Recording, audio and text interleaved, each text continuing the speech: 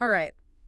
Time to dive into something I know every teacher dreams about, making that classroom the best it can be. Oh, yeah. It's huge. You've already shared some awesome resources about getting a classroom set up, Right. and we're here to help you make it real. Yeah. Because this is about way more than just where the desks go, right? It is, yeah. It's about building a space that gets kids pumped to learn. Absolutely. Because we all remember those classrooms, right? The Yeah. ones that were super inspiring or the ones that were just Yeah, blah. totally. And we want to help you avoid those blah ones. Yes, for sure. So the cool thing is you've already got a great foundation going here. Mm-hmm. The resources that you've shared highlight things like safety, which seems obvious, Right, and yeah. cleanliness, Right, yeah. and then visibility. And these might seem basic, Yeah. but they make a huge difference. Oh, they absolutely do, yeah. Yeah. I mean, think about it. If you got a student and they're worried about tripping over stuff, Oh, totally. or they can't see the board, Yeah. they're not going to be focused on what you're trying to teach. Right. A well-organized classroom, it can actually lower anxiety. Yeah. And it helps kids focus more, and that leads to better results. Absolutely. It just creates this sense of calm Totally. and like a clarity. And I think one thing that I don't think we think about a lot, but when I saw it in your resources, I was like, yes, What's that? that relationship with the school custodian, Yes. so important. Oh, huge. But we don't always think about it. Right. It's like having a secret weapon. If you've got a good relationship with your custodian, you're going to have quicker responses if something breaks. Yes. Better access to supplies. I mean, Totally. it just makes for a cleaner, healthier learning environment. I love that. A secret weapon, the behind-the-scenes help. Totally. That makes everything run. Yes. And speaking of being ready for anything, your resources talked about being ready for emergencies, Yeah. and not just the fire drill, but being mentally ready for anything. Yes. Which I think is something every teacher can relate to. Big time. It's more than just knowing like where to line up when the fire alarm goes off, right? Right. It's about knowing your students. Yeah. And maybe one of them uses a wheelchair or Yeah. or has really bad anxiety during an emergency. Oh, absolutely. So you've got to be ready for that. Yeah. And Yeah. communication with families if something happens. So important. Yeah. Those are really good points. Mm-hmm.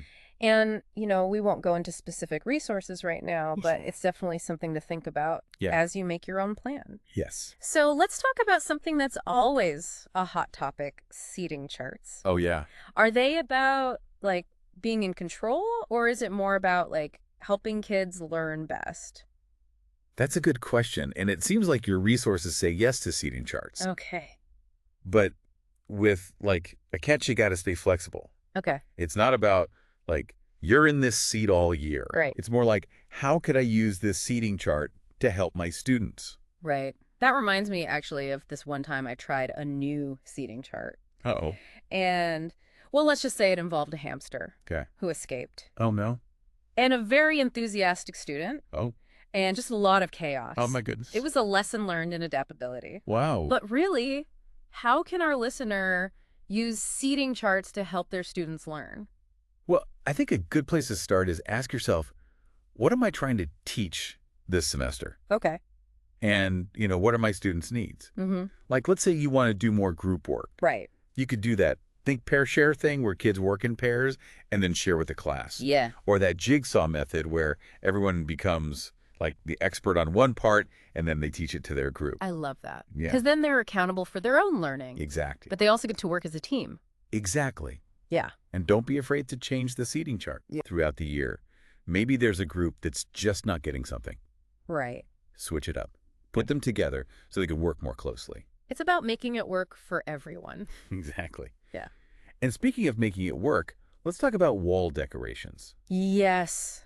Because I think we've all seen those classrooms where it's just Too much. decorations everywhere. Yeah, yeah. Or it feels like, a doctor's office. Sterile. Super sterile. Yeah. So how do you find that sweet spot Right. where it's visually appealing, Right. but not overwhelming? Yeah, your resources had some good stuff about keeping it simple Okay. and making sure that everything is relevant. Right. Using those walls to actually help you teach. Right. So instead of having generic posters, Yeah, yeah. put up student work. Oh, I love that. Yeah. Yeah. Have a gallery wall. Yes. And as you move through your units, yeah. you change out the work. So it's their learning is becoming part of Oh, it's so true. the classroom. it becomes like a real, tangible thing. Yeah. And it's so motivating for them Yeah. to see their own work up. To feel that sense of pride. Yes. You could even have, like, a student spotlight. Oh, I love that. Yeah, and each week or whatever, Yeah. a different student gets to, showcase something. That's amazing. And then, of course, we have that other essential element, the rules and expectations. Yeah. Yeah, you got to have The the... non-negotiables. But even those, like, you don't want to just, like, Right. slap them up on the wall. Yeah, yeah.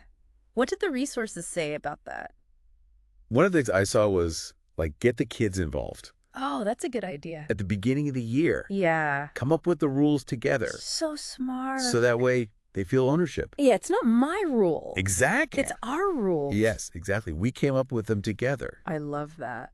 And it really builds that sense of community. Yes, absolutely. Which is what we want. Yeah, so important. And okay, so let's talk about all the stuff you need. Oh, yeah. The materials. The materials. Yeah. Because it's easy to get overwhelmed. Oh, tell me about it. Especially as a new teacher. Especially as a new teacher. Yeah. And one of your resources said you don't need to have it all figured out on day one. No. Be resourceful. Start with what you have. Exactly. You can do a lot with a little. Absolutely. Mm. Any tips for doing that? For making the most of what you've got? Yeah, for sure. I mean, first of all, look around the school. Oh, that's smart. Go to the library. See what they've got. Yes. See if you can, raid the art room for some supplies. Totally. You might be surprised what you find. Yeah. And then also talk to other teachers. Oh, that's a great idea. They probably got stuff they're not using. Yeah, yeah. Maybe you can borrow things. Oh, smart. Sharing is caring, right? It is. It's all about building that community. Yes. So true. Okay, so let's talk about, I don't know if it's the elephant in the room or the laptop in the classroom these days, but technology. Oh, yeah. That's a big one. It can be amazing. Game changer. But it also Comes with challenges. Yes. A whole other set of challenges. Absolutely. And one of your resources talked about setting boundaries Oh, yes. with technology, which I thought was really interesting. So important. Because it's so easy to get sucked in. It is. And it's like you're trying to teach and you're like, Right. where was I? I do it too. I'm like, hold on, I just got to check this. Yeah. And the kids are like on their phones. Totally. So you've got to have those guidelines. Yes. Like, when can they use their devices? Right. When are they off limits? And be consistent. Right. Yes. Be consistent and model it yourself. Yeah, totally. Like, put your phone away. Oh, I know. It's hard, though. It is hard. It is hard. It is hard. But it's so important, right? So important. Because we want them to be present. Yes. We want them to be focused. Present and focused. Two very important things. Yes. And the other thing with technology is have a backup plan. Oh, always. Because we've all been there, right? Yes. The Wi-Fi goes out. Yes. Or your computer decides to die. In the middle of a lesson, of course. Right when you need it the most. Why does it always happen at the worst time? I know, right? Yeah. So have a plan B. Yes. And a plan C if you need it. I love it. So that you're ready for anything. So you don't panic. Exactly. Keep that learning going. Be flexible. Right. Be flexible, adapt. It's a theme. Being flexible and adaptable. It is a theme. We should have had like a bingo card for how many times we say it. Totally. Okay, before we wrap up, we got to talk about the heart of the classroom. Ooh, what's that? The teacher's desk. It's more than just a place to like stack papers, right? Right. Yeah. It really sets the tone. It does. It's command central. Yeah. And one of the things your resources talked about that I thought was so interesting was how an organized teacher space can actually help the students. Really? Yeah. Tell me more about that.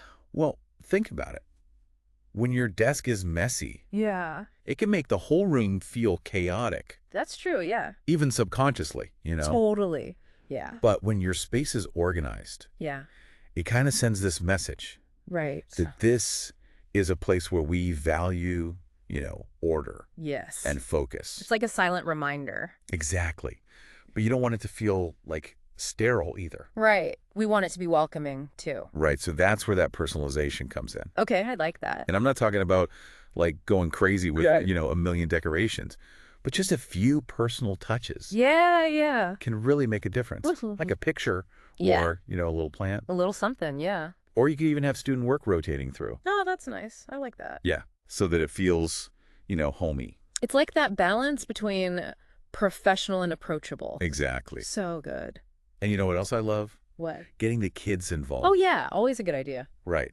Like maybe they could help you come up with a welcome banner Oh, cute. or a theme for the bulletin board Yeah, yeah. so they feel like it's their classroom too. I love that. Right. It makes it theirs. It's not just your classroom. Right. It's all of yours. It's a team effort. Exactly. And I think as we're wrapping up here, that's such an important thing to remember. It's not about like having the perfect classroom. Right. It's about making it your own. Totally. And it's going to evolve and change. Right. It's a process. Right. It's a process. And then should change every year with your students. Exactly. You're going to figure out what works for you Absolutely. and, what works for your students. That's what it's all about. Exactly. Well, thank you so much for joining us on this deep dive into making the best learning environment possible. Yes. Thank you. And we hope you feel ready to go out and transform your classroom. Have fun with it. Yeah. And who knows? Maybe you'll inspire us with what you do. Yes. Until next time, happy teaching.